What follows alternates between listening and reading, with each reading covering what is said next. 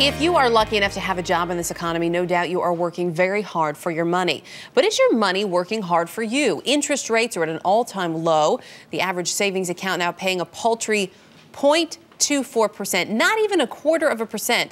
So where should you stash your cash to get the most bang for your buck? Here to tell us is Amanda Gengler. She's a writer for Money Magazine. Great to have you back this morning, Amanda. Erica. It's amazing. My husband and I were just talking about, we had opened an online savings account because it had such a great return a few years ago. It's at the same rate, if not less, than a regular bank. What happened? It's pretty depressing, right? Basically, Yes. savings rates are tracking what's called the federal funds interest rate. That's the interest rate set by the Federal Reserve. And the Fed is really trying to stimulate this economy to pump as much money into it as possible.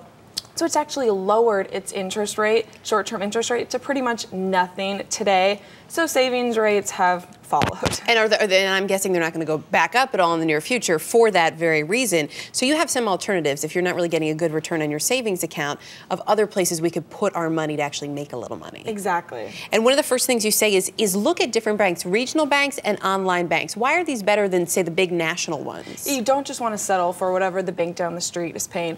The regional banks, these are smaller banks, and the online banks are offering much higher rates on saving accounts than the bigger banks. Sometimes, anywhere from 1.25 all the way up to 2%. So you can search for them at sites like moneyrates.com.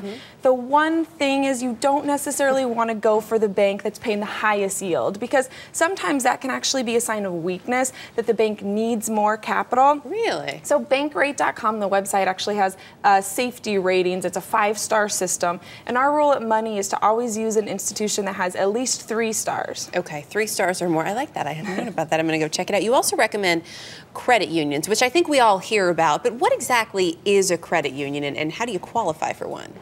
Credit unions are paying much higher rates than the banks today. I mean, they just didn't get into as many problems with the subprime lending as banks did. But a lot of people are surprised that there's actually a really good chance that you will qualify for a credit union, better than a few years ago. They're nonprofit organizations. Ask around, family, friends, maybe through your employer, your union, your church, your alma mater.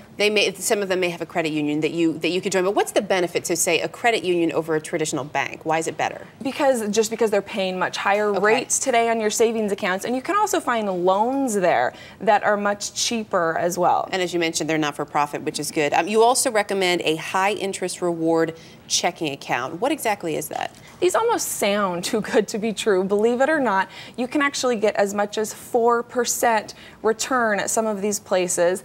But the catch is they have a lot of requirements. You'll probably have to sign up for a direct deposit, sign up for online statements. You have to use your debit card a set amount of times a month. So unless you're going to deposit a big chunk of money, it might not be worth the hassle. Okay, some great tips, Amanda. Amanda, always good to have you with us.